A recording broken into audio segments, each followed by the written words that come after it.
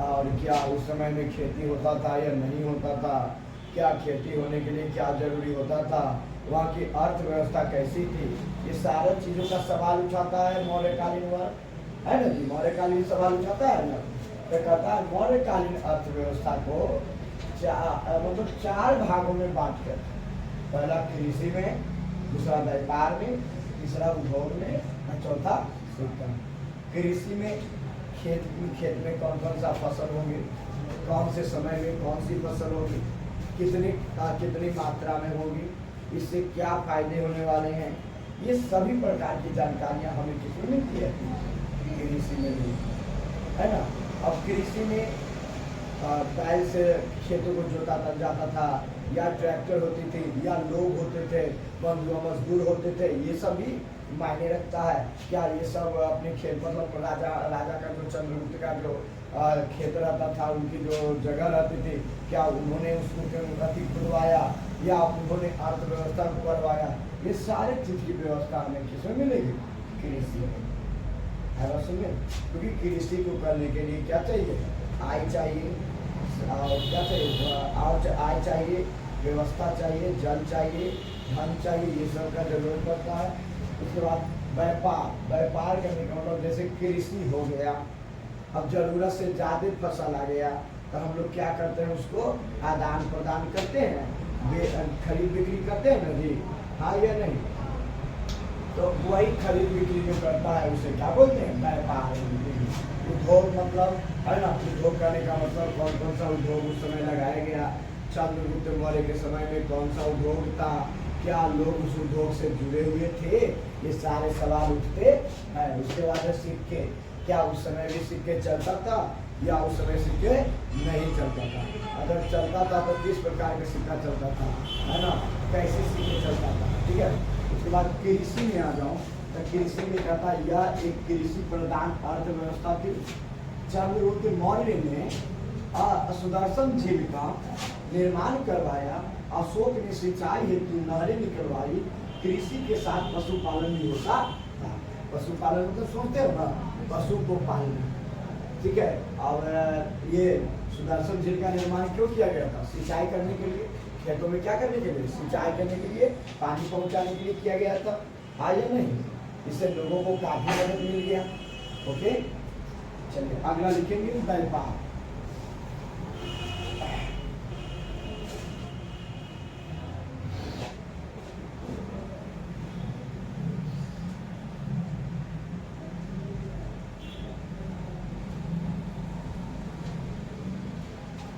अगला लिखेंगे व्यापार। लिखिए, आंतरिक एवं बाह्य दोनों व्यापार प्रचलित थी।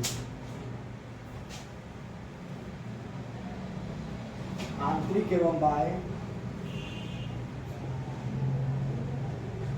आंतरिक एवं बाह्य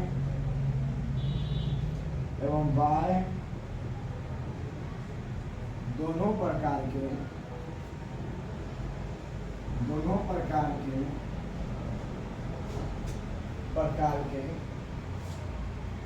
व्यापार प्रचलित थी। व्यापार प्रचलित थी। दोनों प्रकार के व्यापार प्रचलित थी। सीरिया मिस्र एवं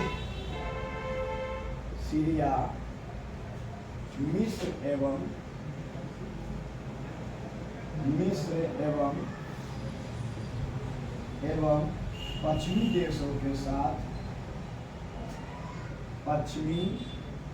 देशों के साथ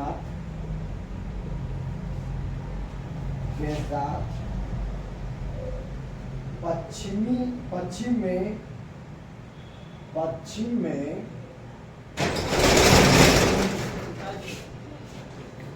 बोलो ना, हमारा मालूम है थोड़ा जाएगा छुट्टी चाहो तो आधा घंटा लगी, है ना। हम नहीं गए थे, है कि नहीं, एग्जाम तो खत्म हो गया, हाँ क्यों नहीं बोल रहे,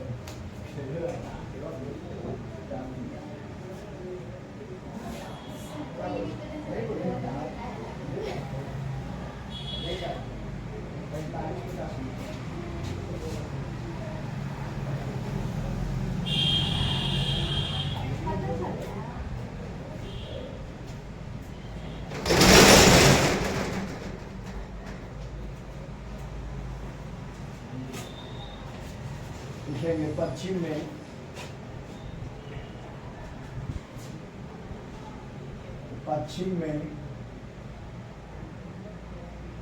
पश्चिम में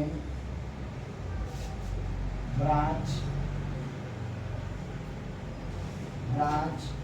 एवं पूर्व में, हाँ ब्रांच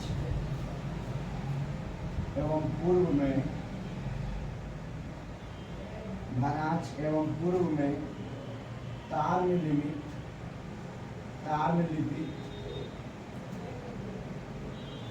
लिपित बंदरगाह से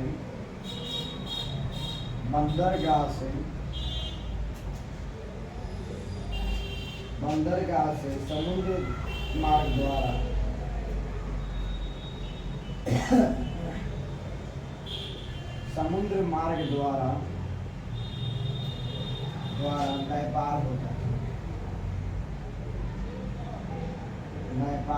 था।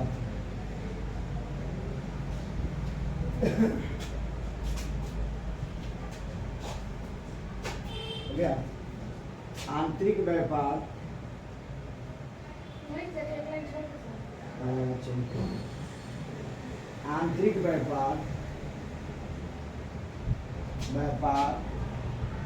सड़क एवं नदी मार्गों से होता था। नदी मार्गों से होता था जिसमें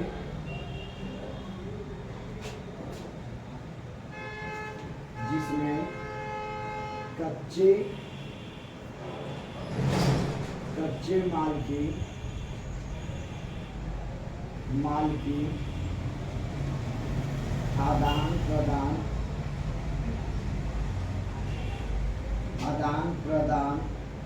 होते थे।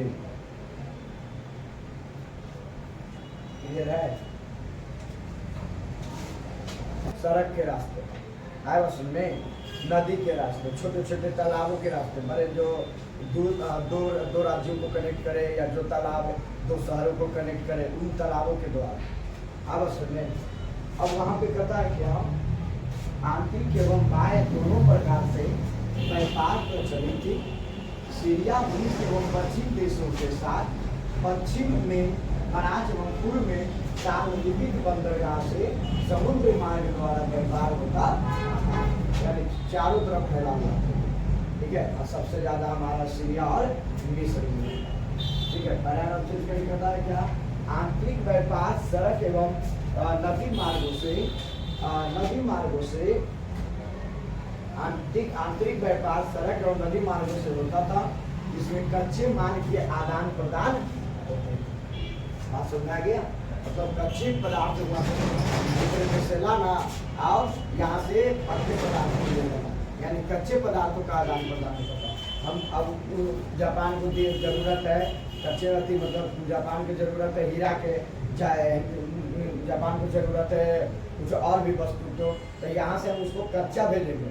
ठीक है, अब अगर हमको भारत की जरूरत है तो जापान वहाँ से यहाँ क्या भेजेगा? कच्चा पदार्थ को भेजेगा। क्लियर है? कच्चे माल को भेजेगा। ठीक है, अगला लिखो। अगला कौन सा है इसका? उद्योग, धातु उद्योग आदि प्रमुख थे।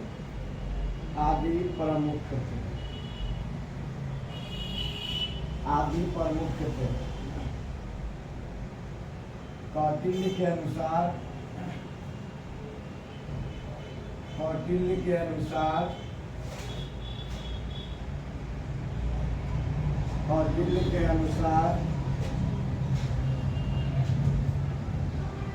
वस्त्र उद्योग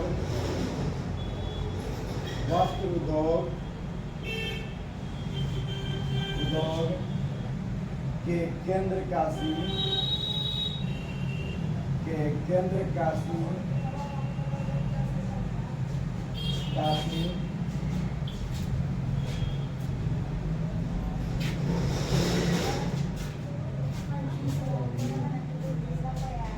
काशी वत्स मदुरा मदुरा और बैगी में थे, और बैगी में थे।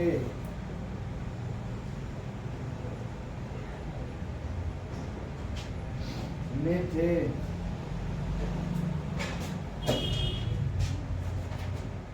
गया। इधर देखो उद्योग देख लो, एवं इधर उद्योग देख लो। कपड़ा उद्योग प्रमुख उद्योग था, ठीक है। पुराने जमाने में सबसे ज्यादा जो चलने वाला था कौन सा था? कपड़ा उद्योग था, ठीक है। और रेशा बनाया जाता था, नील की खेती होता था या रेशा बनाया जाता था। तो क्या होता था कि रेशा को तैयार करके अनेकों बड़े बड़े उद्योगों में बेचता था और वहाँ से कपड़े बनकर आते थे, ठीक है। अब कहता है क्या कि बंगाल का मलमल प्रसिद्ध था, यानी मखमल था होना चाहिए यहाँ पे, लेकिन मलमल कर दिया, ठीक है। तो यहाँ पे आप काट कर क्या कर लो? मखमल कर। मलमल की जगह पे मखमल, ला की जगह का मखमल प्रसिद्ध था।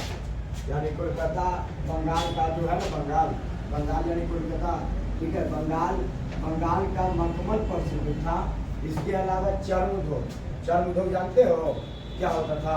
अनेकों जंगली जानवरों के खालों को नोचकर, चमड़ियों को निकाल कर क्या करना?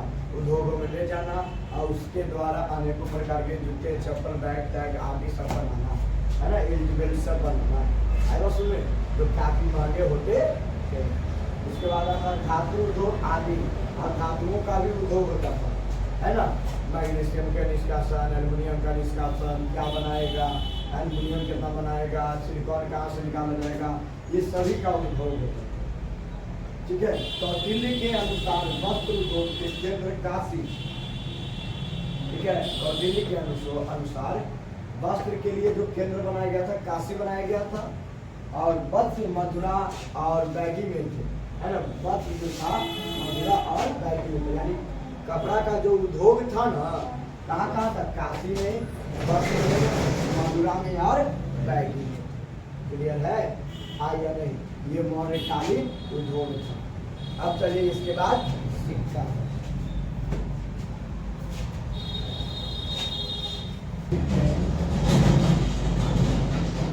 स्वर्ण सिक्के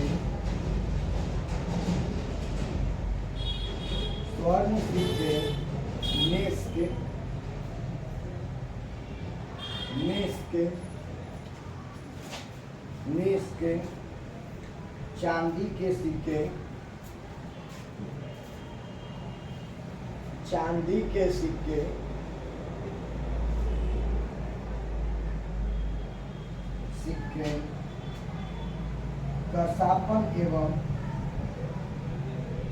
करसापन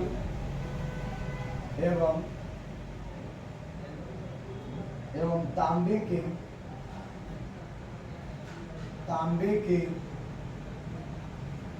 काकानी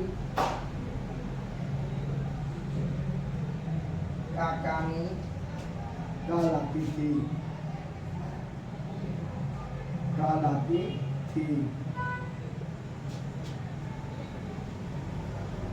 टकसाल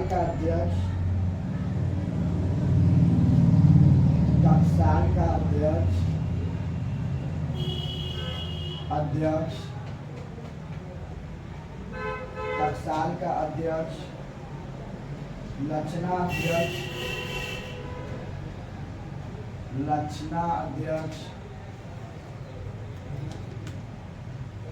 अध्यक्ष एवं मुद्राओं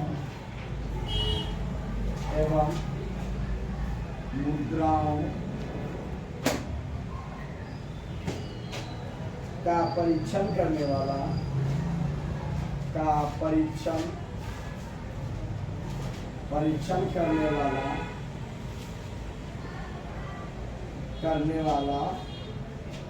अधिकारी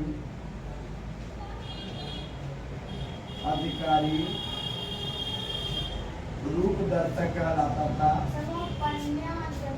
हाँ, लक्षणाध्यक्ष ठीक है। अधिकारी रूप दर्शक कहलाता था। रूप दर्शक कहलाता था।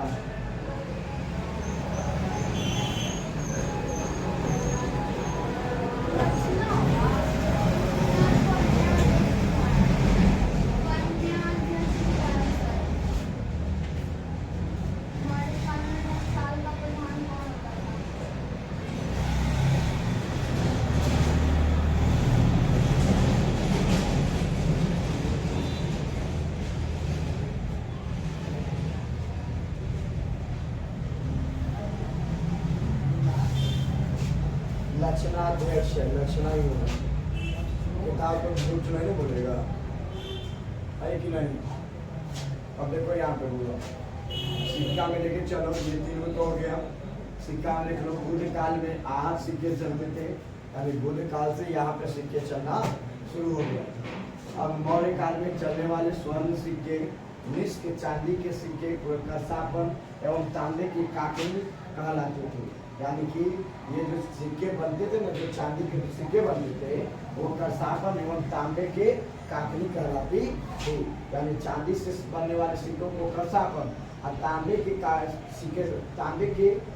सिक्के बनने वाले को काकनी कहा जाता था। टकसाल का अध्यक्ष लक्षणा अध्यक्ष एवं मुद्राओं का परीक्षण करने वाला अधिकारी रूप दर्शक कहलाता था। यानी कि जो अनेकों प्रकार के जेवरातों का चेक करता था, अनेकों प्रकार के ज्वेलरियों का, सोना का, आभूषणों का चेक करता था, तो वह चेक करता था, वह मुद्राओं को भी चेक करता था। वह चेक करने वाले अधिकारी को क्या कहते हैं? रूप दर्शक कहते हैं। अगला देखिए मौर्यकालीन कला एवं स्थापत्य। मौर्यकालीन कला एवं स्थापत्य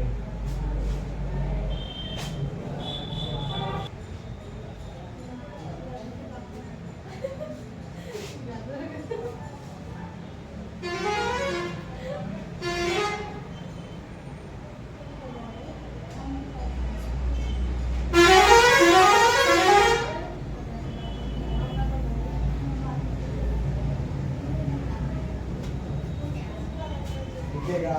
पहला राजप्रसाद, राजप्रसाद के विषय में लिखिएगा।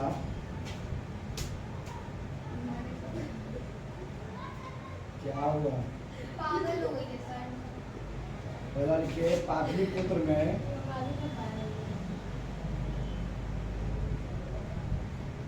पाटलिपुत्र में चंद्रगुप्त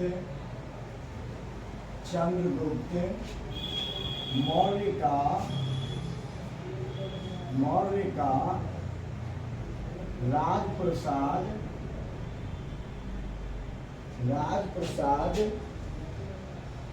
वस्तुकला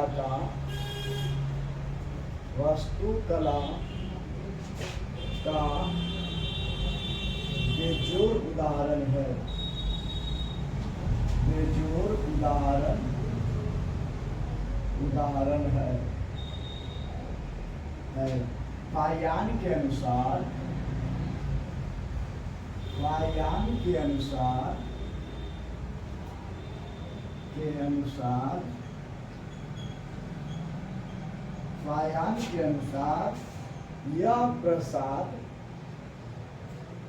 यह प्रसाद मानव कृति न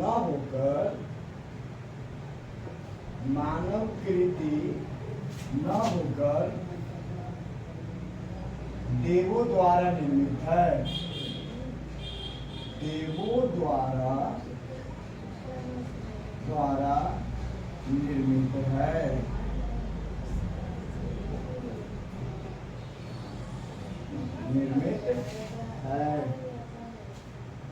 ठीक है, निर्मित है।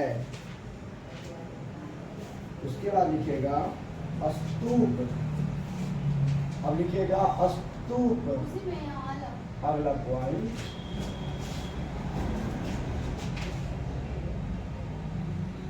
स्तूप में लिखिएगा बौद्ध परंपरा के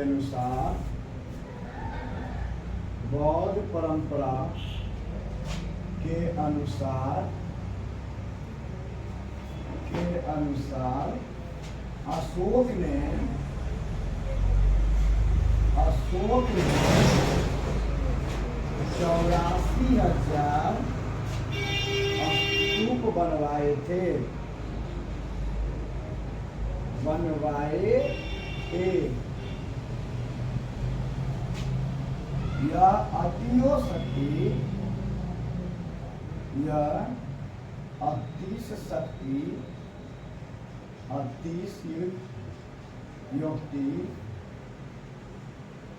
यह अतिशयोक्ति हो सकता है हो सकता है, मगर मगर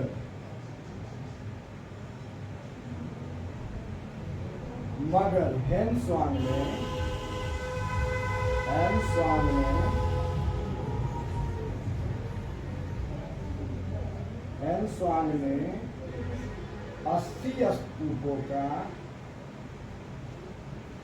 80 स्तूपों को स्वयं अपनी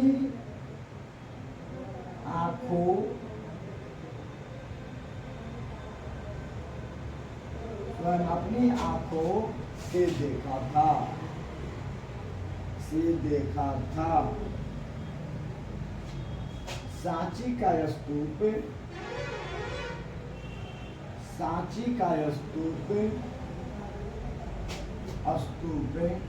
वास्तुकला का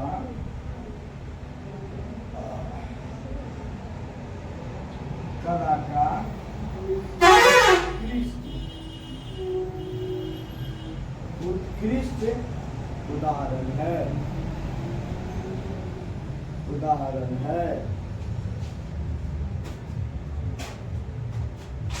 मतलब कहता है कि पहले तो हम लोग कृषि व्यवस्था देख लिए, अर्थव्यवस्था देख लिए, अब हम लोग को कहता है कि मौर्य काल से गुप्त काल तक जाते हैं तो इसमें कला और स्थापत्य क्या होगा। तो सबसे पहले राजप्रसाद के विषय में बताया गया कि पाटलिपुत्र में चंद्रगुप्त मौर्य का राजप्रसाद वास्तुकला का बेजोड़ उदाहरण है। वायुयान के अनुसार यह प्रसाद मानव कृति न होकर देवों द्वारा निर्मित है। ठीक है। स्तूप बौद्ध परंपरा के अनुसार अशोक ने 84,000 स्तूप बनवाए थे। यह अतिशयोक्ति हो सकता है, मगर हेनसांग ने 80 स्तूपों को स्वयं अपनी आंखों से देखा था। सांची का स्तूप वास्तुकला का उत्कृष्ट उदाहरण। ओके, हाँ या नहीं? क्लियर है? नहीं क्लियर है? जैसे चंद्रगुप्त जो थे, चंद्रगुप्त के समय में स्तूप का निर्माण हुआ। ठीक है। तब वायुयान के अनुसार कहने का मतलब है कि बौद्ध का स्तूप 84,000 था और हेनसांग का कहने के अनुसार है ना, वह बोलता है कि वह अपनी आंखों से 80 गो स्तूप देख चुका है। बात समझ आया? किसके शासनकाल में? चंद्रगुप्त मौर्य के शासन। क्लियर? हाँ या नहीं? ओके, चलो अब अगला पॉइंट लिखिए, है ना।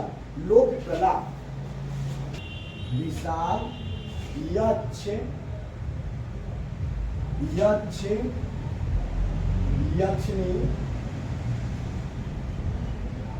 यक्षनी की प्रतिमाएं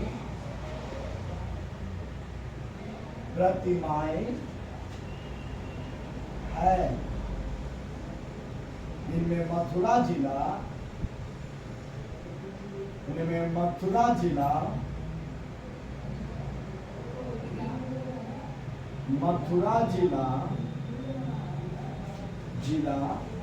के परखम ग्राम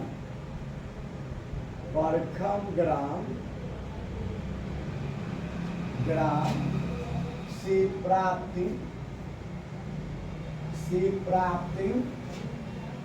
यक्ष मूर्ति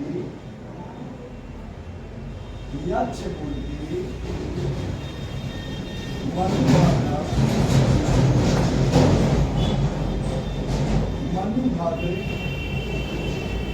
एवं पटना के दीदारगंज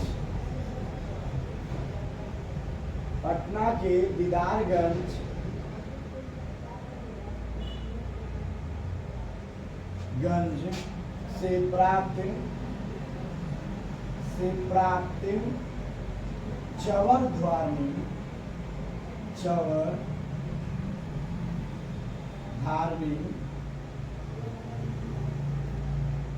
चवर धारणी की यक्ष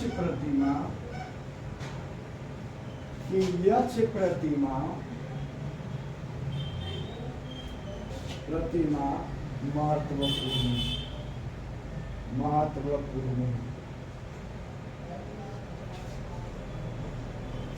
अब लिखेगा श्रेणी।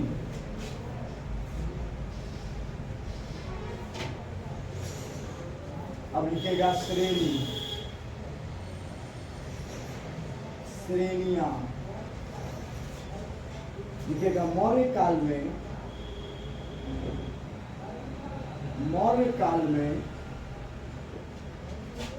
व्यवसायी एवं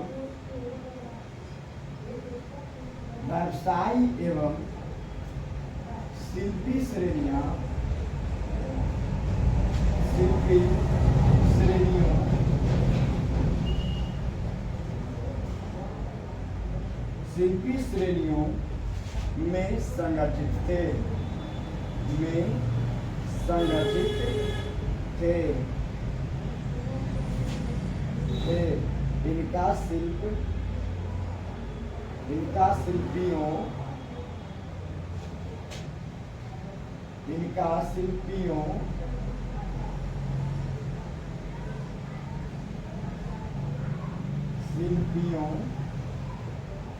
इनका शिल्पियों के जीवन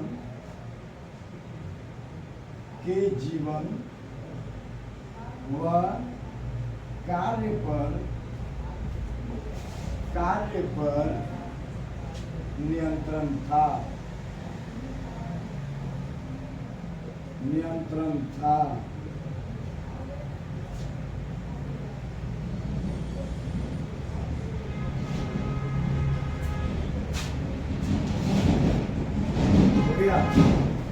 केवल देखो लोक कला, मौर्य युगीन लोक कला का सर्वोत्तम उदाहरण विशाल यक्ष यक्षिणी की प्रतिमाएं हैं। यानी पहले जो डांस करते थे ना, नृत्य करने वाले जो अच्छा नृत्य करते थे ना, उनकी प्रतिमा बना दिया जाता था। अब प्रतिमा बनाकर उनके घर की शोभा, उनके दरबार की शोभा बढ़ाया जाता था। आए बात समझ में कि ये इस दरबार में नृत्य कर चुके हैं। आई बात समझ में। तो इस प्रकार से उनके घर में रहता था प्रतिमा।